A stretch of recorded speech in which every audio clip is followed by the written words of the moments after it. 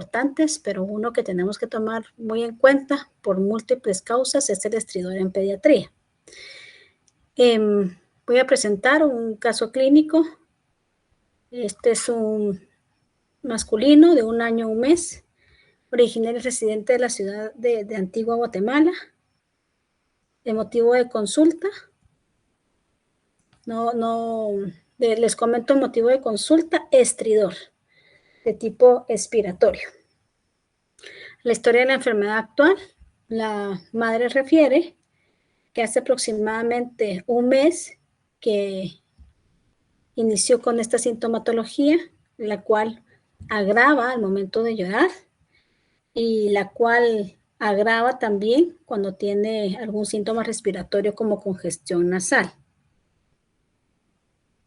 Dentro de los antecedentes importantes, tiene una hospitalización a los 5 meses por bronquitis. Estuvo hospitalizada en el hospital de Antigua por 5 días, no indican qué tratamiento. A los 7 meses, neumonía bacteriana en el hospital de Antigua por 5 días, no indican tratamiento. Y como ya les decía, a los 12 meses por estridor laringio en el hospital de Antigua por 5 días y no indican tratamiento. Al examen físico,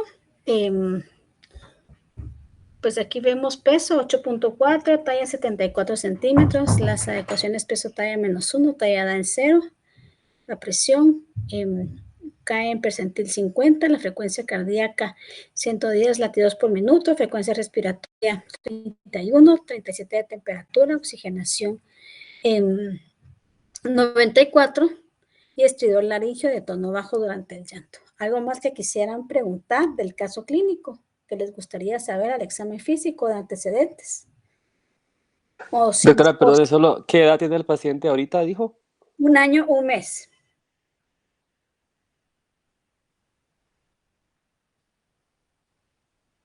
¿O se animarían a decir incluso, a comentar posibles diagnósticos o impresiones clínicas de ingreso? Disculpe, doctora, su esquema de vacunación. El esquema de vacunación completo, ¿por qué te interesa? Sí me interesaría, doctora, para descartar, para la edad que tiene el paciente, si no hay alguna que podemos pues prevenir Okay. con este paciente. Ok, pero algo objetivo del esquema de vacunación, ¿por qué preguntaste? Siempre es importante conocer el esquema de vacunación, eso estoy de acuerdo, pero ¿cómo aplicarías en este caso?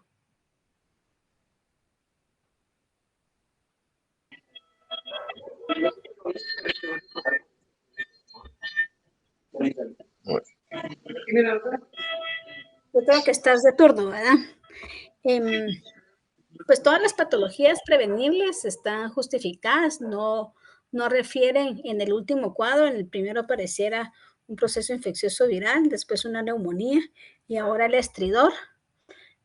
Doctora, yo tal vez por la edad del paciente y por los cuadros que tiene ahorita, me llama la atención porque decía de que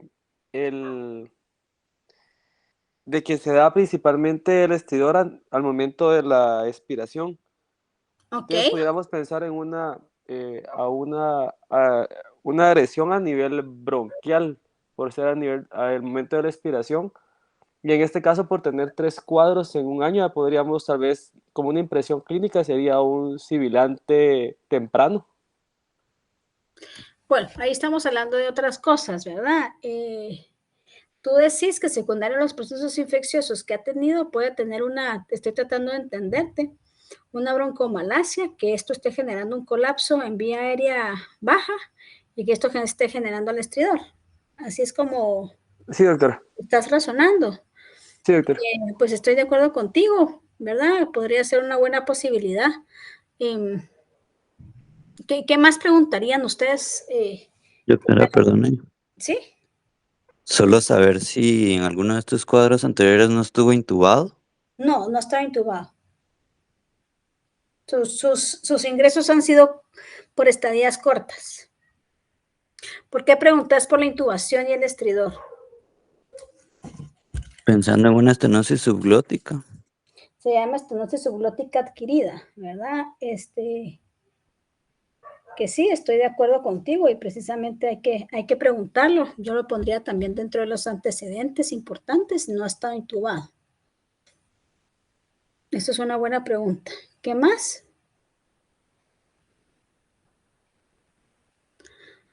Nos quedamos con si estuvo intubado, si ha tenido procesos infecciosos importantes. O sea, nuestras posibilidades diagnósticas son una lesión endobronquial o una estenosis subglótica adquirida. ¿Nos quedamos con esas o alguien más puede comentarnos algo? ¿No? Bueno.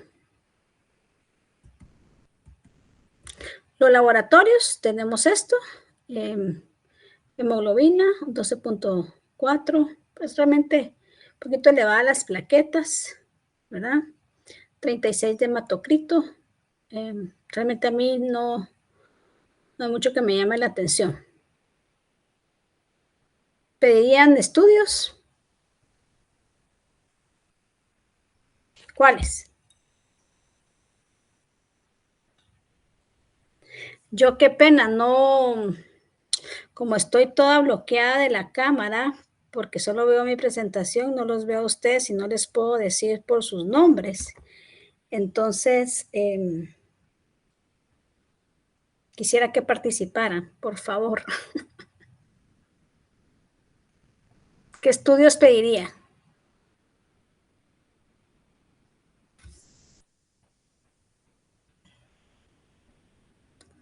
Aquí les puse una radiografía de cuello. Voy a regresarme a... ¿Están escuchando mi presentación, Víctor? Solamente Sí, doctora. para... ¿Sí? Sí, doctora, sí se escucha. Ok, Adriana, Víctor, Dulce, Elder. Perfecto. Bueno, tenemos una radiografía de cuello, incluso ahí, para que se animen un poquito. Podría ser ingestión de cuerpo extraño. Sí, siempre que hay estridor, tenemos que descartar algún evento de atragantamiento. Que aquí, dicho sea de paso, aunque tenga evento de atragantamiento, si hacemos las radiografías, recuérdense que la mitad de las radiografías están dentro de límites normales por el origen de la materia, ¿verdad? Que se ingieren. En este caso, pues sí se puede observar en ambas. Impresión clínica, estridor laringio, a descartar cuerpo extraño. Ya lleva el niño casi 2 meses con esto. Y al parecer se quedaron un poquito rezagados con la información, no quisieron hacer ningún estudio de radiografías ni nada, probablemente en donde estuvo hospitalizado al principio, pero pues aquí viniendo al hospital, alguien tuvo la maravillosa idea de hacer una radiografía. Entonces se hizo una broncoscopía flexible y esto vimos a nivel subglótico. Aquí estamos a nivel de las cuerdas, justo pasando las cuerdas vocales. No es una imagen tan bien definida, pero ustedes lo pueden determinar acá. ¿Ok? Entonces se decidió hacer una broncoscopía rígida. Recuérdense ustedes que el tratamiento el método invasivo puede ser una broncoscopía flexible si tenemos las pinzas adecuadas. Lo ideal es hacer una broncoscopía flexible para ubicar y aspirar previo y posterior a esto hacer una broncoscopía rígida ya limpiando el área. La diferencia entre la broncoscopía flexible y rígida es que con la rígida podemos manipular y tenemos más equipo. Entiéndase, pinzas, una óptica, varios tipos de pinza que nos pueden, dependiendo de la etiología, dependiendo de, más bien de qué fue lo que se ingirió, podemos utilizar. Entonces, esto es se extrajo un pedazo de hueso, por eso se podía ver en la radiografía. ¿Ok? Bueno, se realizó rayos X control, aunque no es una radiografía de cuello, siempre tenemos que pedir una radiografía de tórax, descartando que hay un proceso ocupacional que nos esté formando una atelectasia. Y postmanipulación también es muy importante para descartar escape de vía aérea, porque podemos ocasionar nosotros mismos, secundario a la extracción y a la manipulación, un neumomediastino o una mediastinitis, ¿verdad? Bueno, entrando al tema, ¿qué es el estridor? Es este sonido vibratorio de alta tonalidad que se escucha junto con la respiración normal y es producido por el paso del aire a través de una vía aérea central estrecha. Cuando se origina en una vía aérea extratorácica, es más pronunciado en inspiración. Si ocurre a nivel de la glotis, puede aparecer durante la inspiración y expiración. Si la obstrucción se presenta en la vía aérea intratorácica, el sonido suele ser más pronunciado en la expiración. El estridor bifásico es agudo, inspiratorio y expiratorio. Es un signo grave y precisa en muchos casos de asistencia inmediata. ¿Cuáles son las propiedades de la vía aérea? Tenemos una luz ya determinada. Recuérdense que cualquier obstrucción va a ser directamente proporcional a la disminución del diámetro y por consiguiente de la resistencia de la vía aérea. Por lo mismo es de que generan esta turbulencia en el flujo. Esto es lo que les estaba hablando. Esto es una ley de Poisson, que básicamente estamos determinados por el flujo a través del diámetro. Si esto cambia, va a ser inversamente proporcional a la disminución de la luz. ¿Ok? También está basada por este efecto que se llama efecto de Bernoulli. El efecto dinámico en la obstrucción de la vía aérea, ¿qué es lo que pasa? Cuando hay una inspiración y cuando hay una inspiración, cambian las presiones. Hay una presión intratorácica y una presión atmosférica, que esta va a ser mayor o menor y por eso el colapso de la vía respiratoria, tanto intratorácica como extratorácica. Por eso va a variar con respecto a la inspiración. Las influencias mecánicas sobre la vía aérea, tenemos una vía aérea faríngea pasiva. Tenemos varios factores estáticos, las fuerzas de adherencia de la superficie, la postura misma del cuello y de la mandíbula, la flexión del cuello. Esto tiende a cerrar la vía aérea, mientras que la extensión del cuello actúa abriéndola. Hay un arrastre traqueal y la fuerza de la gravedad. Y los factores dinámicos dependen de la resistencia ascendente dentro de la vía aérea, tanto aérea, nasal y faríngea, el efecto de Bernoulli que les estaba comentando, y la distensibilidad dinámica. Existen diferencias entre la vía aérea de adulto y un niño, por eso es que de alguna manera podemos tener mayor vulnerabilidad, no solamente por el diámetro de la vía aérea y que sea inversamente proporcional a la resistencia. Por un poco o menos que se inflame, vamos a generar turbulencias. Tenemos las fosas nasales estrechas, escaso tejido linfático, puede haber más bien hay una macroglosia en relación a las estructuras vecinas. La faringe es más pequeña, la epiglotis es más grande, la laringe más cefálica y anterior, cricoides más estrecho y la tráquea más pequeña. Son algunas más bien características anatómicas en la vía aérea del niño que lo pueden predisponer a tener una mayor incidencia en el estridor. Ok. Las características, básicamente la forma del cartílago tiroides y cricoides en adultos y niños, y la diferencia también de las cuerdas, ¿verdad? Vemos el espacio, las aritenoides en este caso están un poquito más engrosadas, y estas incluso en algún momento pueden invaginar a la vía aérea. Eso se llama laringomalacia. Okay. El enfoque clínico del estridor. Historia del nacimiento. ¿Por qué, Víctor? ¿Qué tiene que ver el nacimiento con el estridor? Por ejemplo, si fue un paciente prematuro, doctora. Ajá. Un paciente que haya estado ventilado por tiempo prolongado. Sí, estoy de acuerdo. Principalmente. Ok, ¿alguien más? ¿Qué ¿Serio? pasa? Ah, Decime, para decime. descartar anomalías congénitas de la vía aérea, doctora. Ok, ok, sí. Historia del nacimiento, bueno, por supuesto que es importante, intubación, probable aspiración de meconio, pero siempre tenemos que preguntar. En niños, yo hace poco vi un niño en clínica que 5 años, o sea, entró a la clínica y el niño ya sabía por lo que iba, ¿verdad? Tenía un estridor definitivamente, y lo habían tratado, ya saben, antibióticos, esteroides, inhaladores, nebulizaciones para el reflujo, o sea, todo lo que ustedes, y el niño, lo único que tenía era estridor. Y es importante, dice la mamá, ¿qué pasó? ¿Cuándo empezó los síntomas? Empezó hace 2 meses. Incluso los papás decían que justo con el cambio de casa que tuvieron, habían asociado con el inicio del ruido, ¿verdad? Claro, la historia incluso podía ser un poquito confusa. Yo también me hubiera ido al inicio por un tema incluso alérgico, de broncoespasmo, algún tema de estos. Pero pues en este caso específicamente también era importante los antecedentes del nacimiento porque fue parto, no cesárea, y el niño lo que tenía es papilomas laringeos, que hasta en ese momento, los 5 años, había tenido obstrucción de vía aérea y por eso la sintomatología.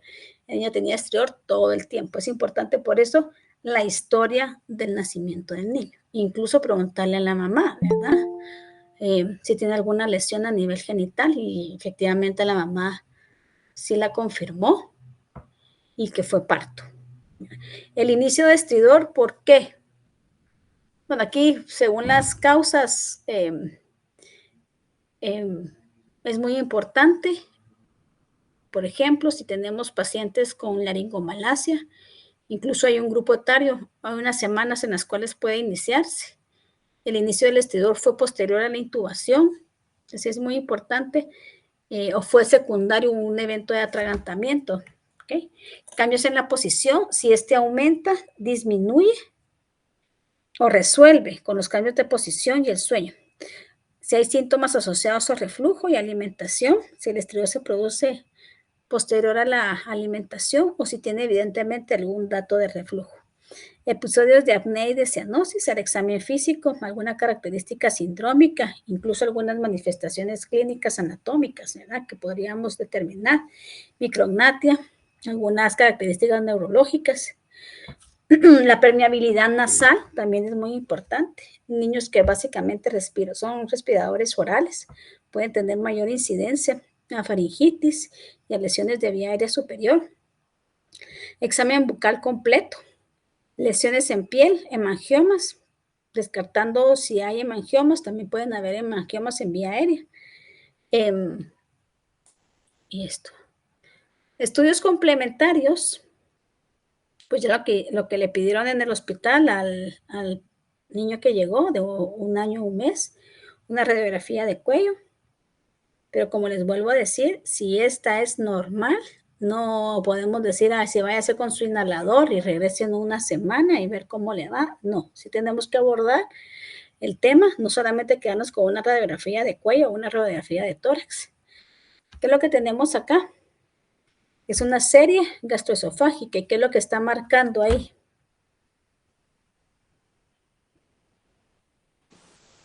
Que hay un estrechamiento, doctor, a nivel del esófago.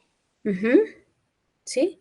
Eso se llama una indentación, que y por el nivel que está, tenemos que descartar la presencia de anillos vasculares, que esta es otra causalidad de un doble arco aórtico, por ejemplo, en anillos vasculares nos puede producir estridor por una obstrucción intratraqueal, ¿verdad?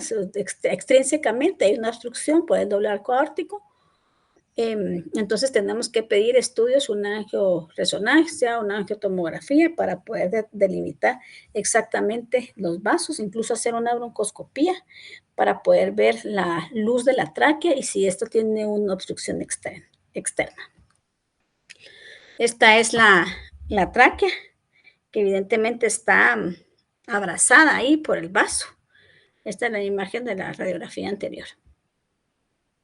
¿Ok? Y si nos vamos a una broncoscopía, se ve una obliteración extrínseca, incluso esta como es dinámica, se puede ver incluso hasta pulsaciones a ese nivel. Bueno, las principales causas de estridor pediátrico persistente puede ser congénito, adquirido o mixto. Una o más causas pueden coexistir en el mismo paciente, uno o más niveles de la vía aérea pueden estar comprometidos. Laringomalacia. Esta efectivamente es una de las causas más comunes, es la más frecuente del estridor congénito. Representa al menos un 60% de los casos. Los síntomas suelen manifestarse entre la segunda y la cuarta semana de vida, cuando el recién nacido comienza a tener más actividad.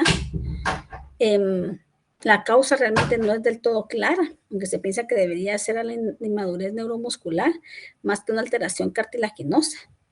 El estridor aumenta hasta los 6 meses de edad y empieza a disminuir de los 12 a 18 meses de edad. Tratamiento, dependiendo del grado de la laringomalacia, deberíamos de tomar en cuenta. A ver, ¿qué pasa en la laringomalacia? ¿Quién me puede comentar si ha visto pacientes con laringomalacia? Lo que pasa, doctora, es de que el tejido de la tráquea, digamos, es como más delgado. Entonces, esto lo que hace es que puede obstruir porque no tiene como esa rigidez que normalmente debería de tener la tráquea, ¿verdad? Entonces, eso hace que se pueda comprimir y ocluye. Y es lo que da el sonido característico y es lo que puede hacer que el paciente presente la dificultad respiratoria en su momento. Ok, Víctor, mira, estoy de acuerdo parcialmente contigo. Bueno, no, la verdad que no estoy del todo de acuerdo. Lo que estás describiendo es una traqueomalacia, porque estás diciendo que hay una flacidez en las paredes de la tráquea y que estas colapsan. Traqueomalacia. ¿Ok? A diferencia de una laringomalacia, que lo que pasa es que hay una invaginación a nivel de la luz de las estructuras superiores. ¿Ok? O sea, ahí se meten literalmente hacia la tráquea, las estructuras superiores. La tráquea está bien, pero lo que no está bien puede ser el tejido de sostén superior o el tamaño. Entonces se clasifican en 5 tipos según la clasificación clínica de Hollinger. El tipo 1, mucosa de los cartílagos cuneiformes y corniculados, es redundante y se desplaza hacia adelante y bloquea la supraglotis. El tipo 2, que es muy común, la epiglotis es tubular y elongada en forma de omega. El tipo 3, los cartílagos aritenoides en bloque se desplazan hacia medial y anterior. 4, la epiglotis se desplaza hacia abajo y posterior obstruyendo la entrada laringea. Y 5, los pliegues aritenoepiglóticos son cortos y tensos.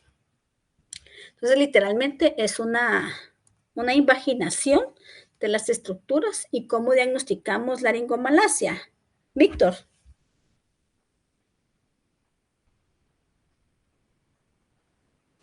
¿Es por medio de broncoscopía, doctora? Primero, clínico, ¿verdad? El inicio de síntomas, si mejora con algunas posiciones, se aumenta con el llanto, con la ingesta y la edad, y descartamos que haya estado intubado y todo, ¿verdad? Todas las otras opciones. Entonces, primero, todas las patologías clínicas, y después, estoy de acuerdo con vos, es una broncoscopía. Muchas veces he visto que mandan a hacer tomografías o radiografías, que digo, pueden estar de más, tomando en cuenta que el estudio al final es dinámico, ¿verdad? Bueno, inmovilidad cordal es la disminución de la movilidad de una o ambas cuerdas vocales.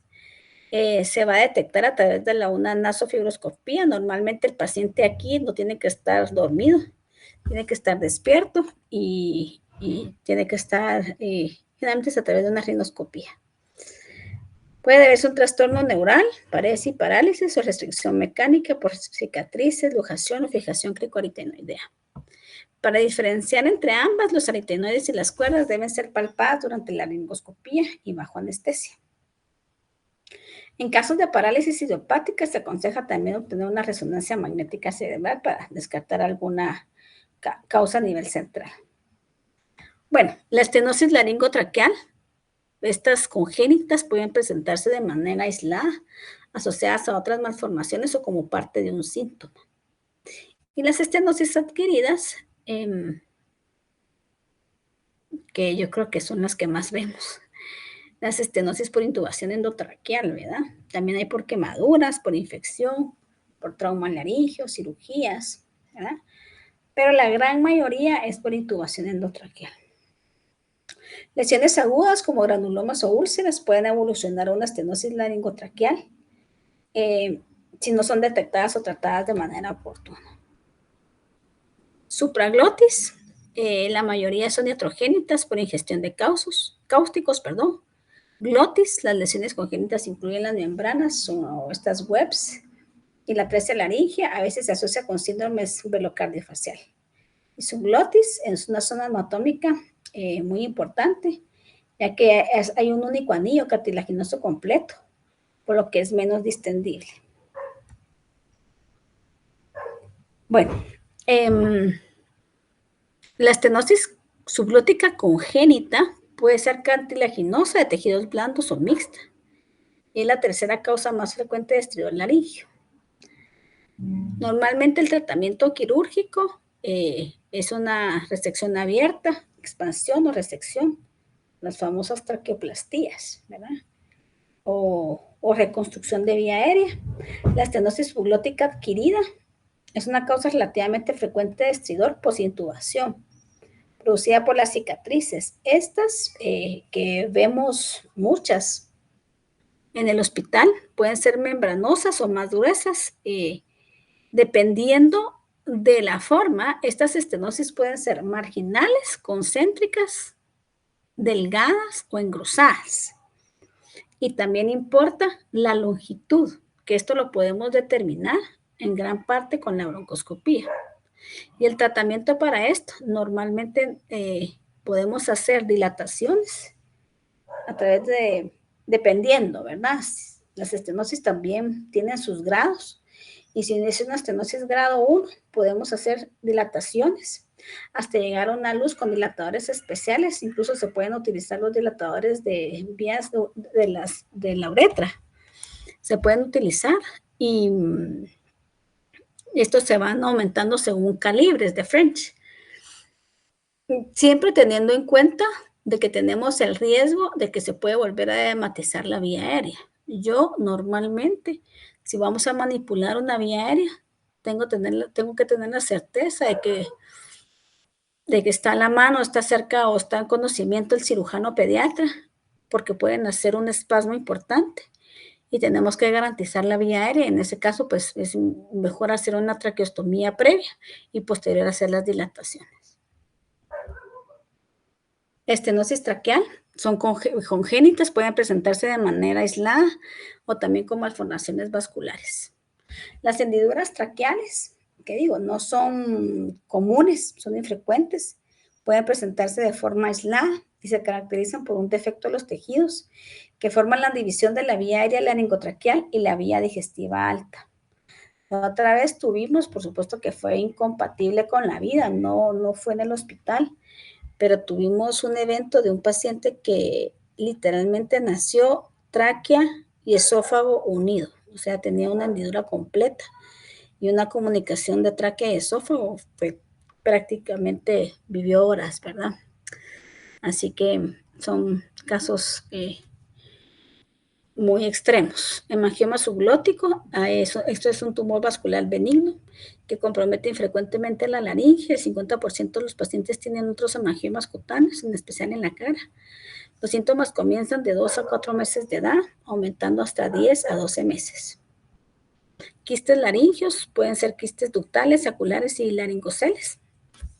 Los primeros se deben a obstrucciones de los ductos de las glándulas mucosas y pueden ubicarse en distintas regiones como vallécula o subglotis.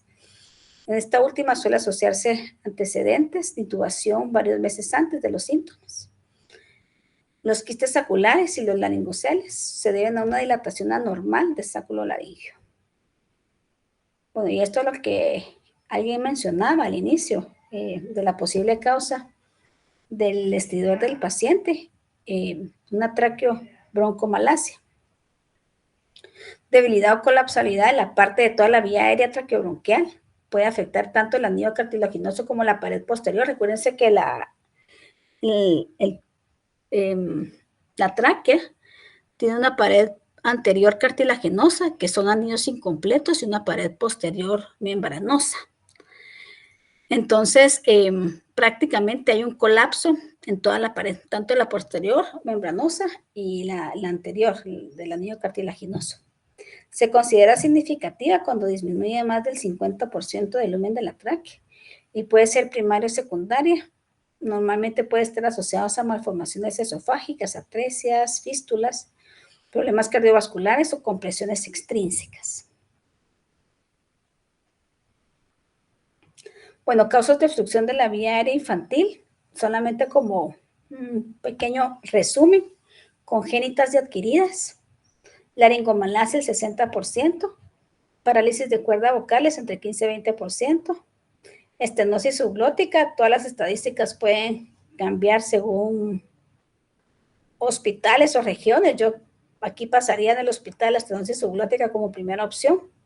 Hemangiomas, anillos vasculares, linfangiomas cervicales, malformaciones craniofaciales.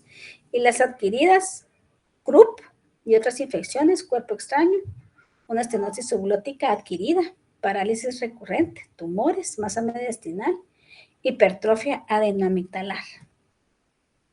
Diagnóstico diferencial. Por eso habíamos hablado de la obstrucción nasal, que genera una obstrucción nasal, que esto genere un ruido transmitido, ¿verdad?, de las fosas nasales. El ronquido de por sí es un ruido áspero y grave ocasionado por la violación de las estructuras velales y faríngeas. Es otra la causalidad. Y por supuesto que las sibilancias, como un sonido agudo musical. Esto normalmente es al final de la aspiración y está originado en la vía aérea inferior, distal. Entonces son ruidos completamente distintos, ¿verdad? Bueno, manejo diagnóstico del estridor: severidad, progresión, alimentación, cianosis, sueño y por radiología. Tener en cuenta estas características. La severidad, siempre en un estridor es importante determinar la fase y también es importante determinar la intensidad. La progresión, por supuesto, si hay asociado a la alimentación, cianosis, sueño y estudios radiológicos. Muy bien. Pues esto es un pequeño resumen. Es muy amplio el tema de estridor. Ya solo voy a hablar de estenosis yo, porque es lo que vemos en el hospital, pero pues sí, es muy importante el tema de estridor laringio. Todo estridor laringio no es sinónimo que lo tengamos que explorar, pero les podría yo decir que dependiendo de la severidad y la causalidad, en un 90% de los pacientes tenemos que explorar, más si no tenemos definido la causalidad. Si hay pacientes con estenosis subglótica adquirida que el estridor va a la mejoría, pues no podemos dejar tratamiento expectante. Si hay pacientes con laringomalacia, y es muy clínica, podríamos dar tratamiento también expectante, solamente con cambios de posición, descartando las otras opciones. Pero por eso les digo que estridor, y no digamos los estridores de corta incidencia, que aparecen recientemente, de causas súbitas, sin descartar procesos infecciosos y estenosis y esto, tenemos que sospechar en cuerpo extraño, ¿verdad? Así que esto, aunque no veamos nada en la radiografía, es causa de exploración, ¿ok?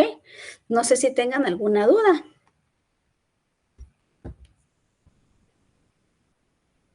¿No? Ya por lo menos los pacientes con estridor ya van a poder solicitar estudios o incluso una broncoscopía, ¿verdad?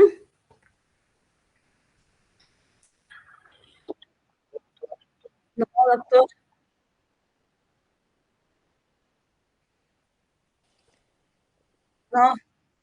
No, a ustedes. Muchas gracias. Que